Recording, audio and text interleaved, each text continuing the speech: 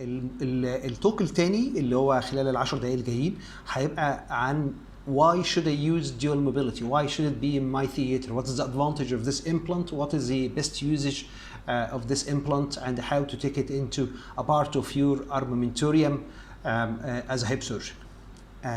الأجندة بتاعت التوك أو what we are going to talk about during the coming 10 minutes or so هتبقى هنتكلم شويه عن الانستابيليتي ان برايمري اند ريفيجن هيب، وده فيري شورت انترودكشن عشان نبين الماجنتيود اوف ذا بروبلم. وبعدين هنتكلم على الكرايتيريا او الكاركترز بتاعت الديول موبيليتي از ا ديزاين از ا بيرنج سيرفيس. وات از ادفانتجز اوف ات. هنتكلم على الرينج اوف موفمنت بتاعه، هنتكلم على what's called the jump distance, how it provides a very good range of movement and avoid the dislocation of the hip. And then we'll move to the durability and the usage of dual mobility in different case scenarios. I'm going to present a couple of case scenarios to show you how to use this implant. And finally, I'm going to talk about the development that happened in the last few years in regard to many versions of dual mobility in the market, and whether dual mobility are all the same or not. And at the end, I'll talk about one of the most spoken about complication in dual mobility and whether it is still present or not. Why dual mobility? احنا عارفين كلنا زي ما وضحت ان dislocation is the third most common cause for all revisions. It's very important again to realize that the incidence of dislocation following a total hip might differ according to the underlying etiology for performing the hip prosthesis. فنلاقي الانسيدنس بتاع الديسلوكيشن في حالات الفراكشرز زي ما قلت المره اللي فاتت او في المحاضره اللي فاتت اعلى من العيانين اللي بيعملوا هيب ارثروبلاستي فور osteoarthritis of the hip. نلاقي العيانين اللي عندهم avascular necrosis have a higher risk of instability. فالunderlying etiology for the procedure has a rule and defines some of the risk factors. مهم ان احنا نفهم ان if dislocation is the third most common cause for revisions in primary hip arthroplasty, it is the first most common cause of revisions in cases of revision hip arthroplasty. فهو very important ومهم ان احنا نتكلم عنه ونبقى فاهمين الكرايتيريا بتاع العيانين سواء كانت برايمري او ريفيجن، وازاي ان هو ممكن يستفيد من حاجه زي الديول موبيليتي كابس. تعالوا نبص على النايس جايد لاينز، الناشونال انستيتيوت اوف كلينيكال اكسلنس نايس in the UK. NICE has defined patients who may be in need for total hip arthroplasty for fracture neck of the femur are as those who are going outdoors. يعني if anyone is going outdoors and mobilizing out in the community and had a fracture neck of the femur, it might be a good idea for him to have a total hip arthroplasty than having a hemi-arthroplasty. The hemi-arthroplasty usually is being preserved for the less demand type of patients اللي هو في الآخر someone is going to the toilet and coming back or indoors mobility، فما فيش very high level of activity. إنما العيانين اللي بيجو outdoors دولت ممكن يستفيدوا أو يبقى مناسب إن احنا نعمل لهم total hip arthroplasty. طيب يا ترى الريزلتس بتاعت التوتال هيب ارثروبلاستي في عيانين الفراكشر نيك اوف ذا فيمر عامله ازاي؟ تعالوا نبص على التيبل دي.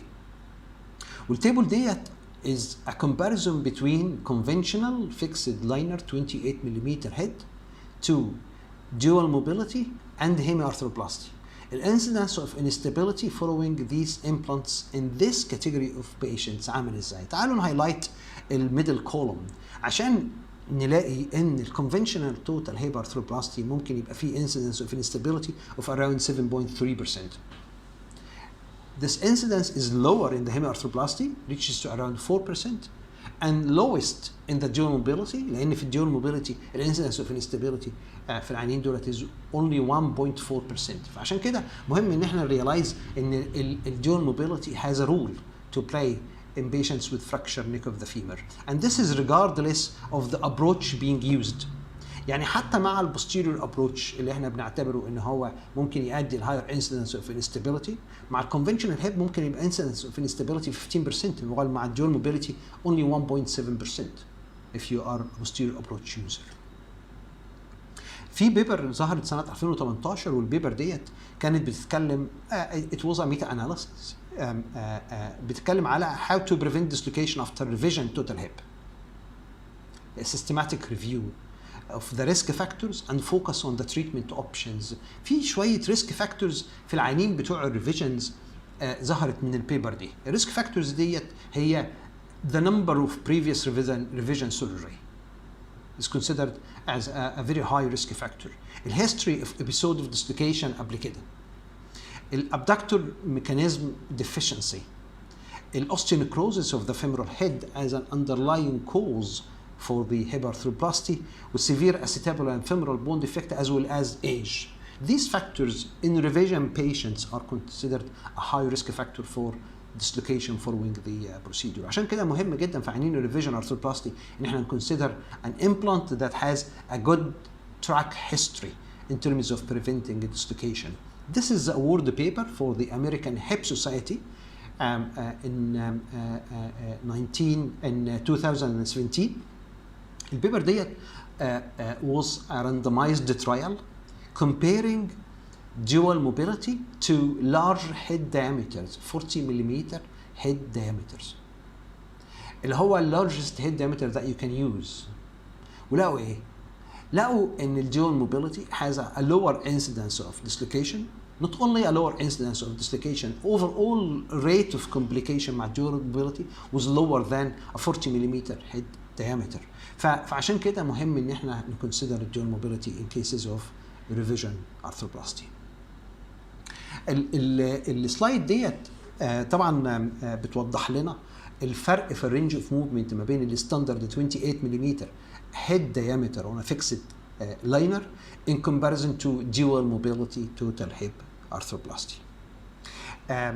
When you look at the inner green line, this is defining the range of movement of a standard person, while the outer red circle or shape is defining the range of movement of someone who is flexible, trained, and has a wide range of movement of the hip.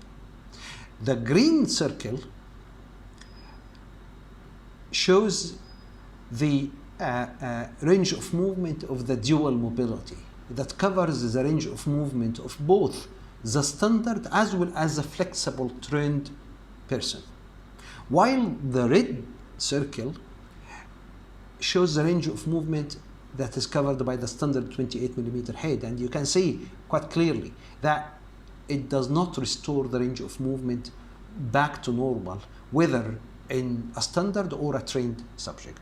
فمهم جدا ان احنا realize ان dual mobility has an unmatched range of movement in terms of the hip mobility postoperatively. Dual mobility is suitable يعني لو if you meet someone who's 140 kilogram like this lady with a fractured neck of the femur, I think you cannot have a good night's sleep if you perform a standard hip arthroplasty for hair, but a dual mobility perhaps would be most suitable for these morbidly obese patients. Again, in patients with trochanteric fracture, dual mobility, in this case scenario, it is a cemented dual mobility cap and stem, is a suitable implant to use. And make sure that you restore the abductor mechanism back into function by reattaching the greater trochanter using these circulage wires to reattach the greater trochanter back and restoring the hip offset. Because dual mobility, yes, it is a good implant, but it's not going to substitute for a poor surgical technique.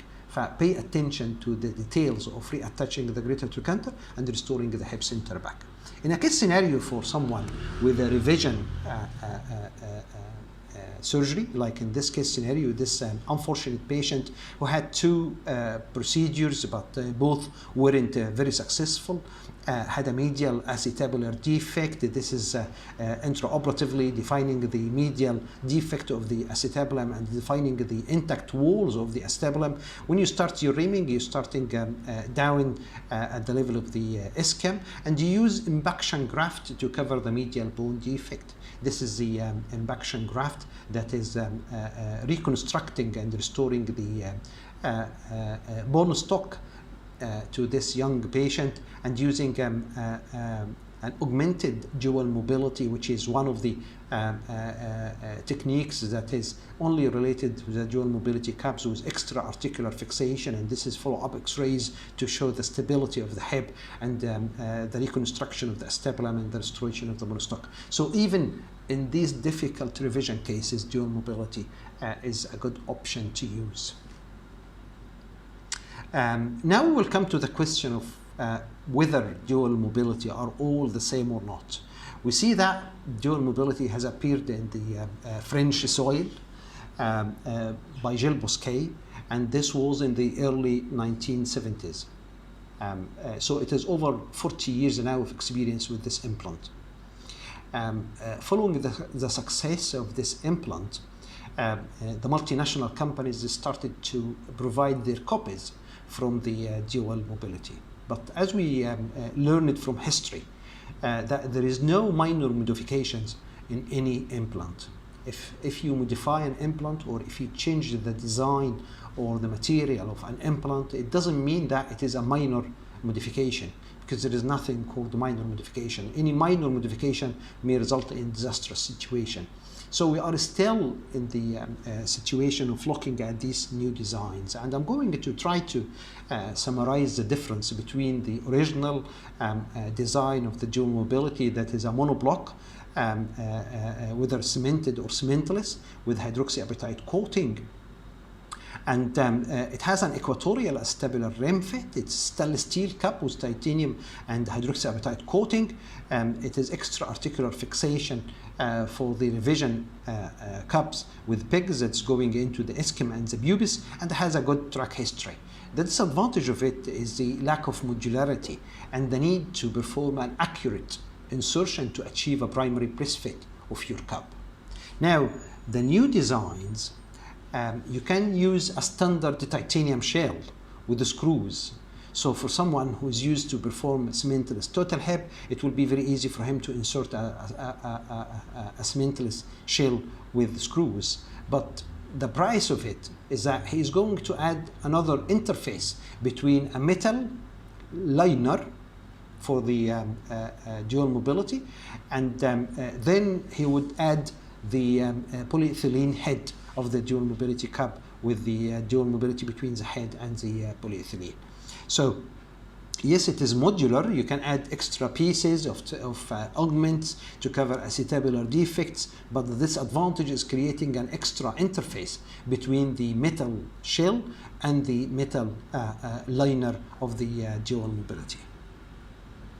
Let's look at some of the papers that appeared recently with the recent modular type of dual mobility, and there is some reports of increasing metal ion level, probably created at the interface between the metal liner and the outer titanium shell. It didn't reach yet to the level of the creating a local adverse reactions to the soft tissue around the hip implant. No alveoli, no altered adverse local tissue reaction, as I said, but we will have to watch this because we don't know exactly what's going to happen in the future. Which type of polyethylene? The traditional high molecular, ultra high molecular weight polyethylene is being used in the traditional or the original design of the dual mobility, while the new designs of the dual mobility, the modular ones, are using the high cross-linked poly.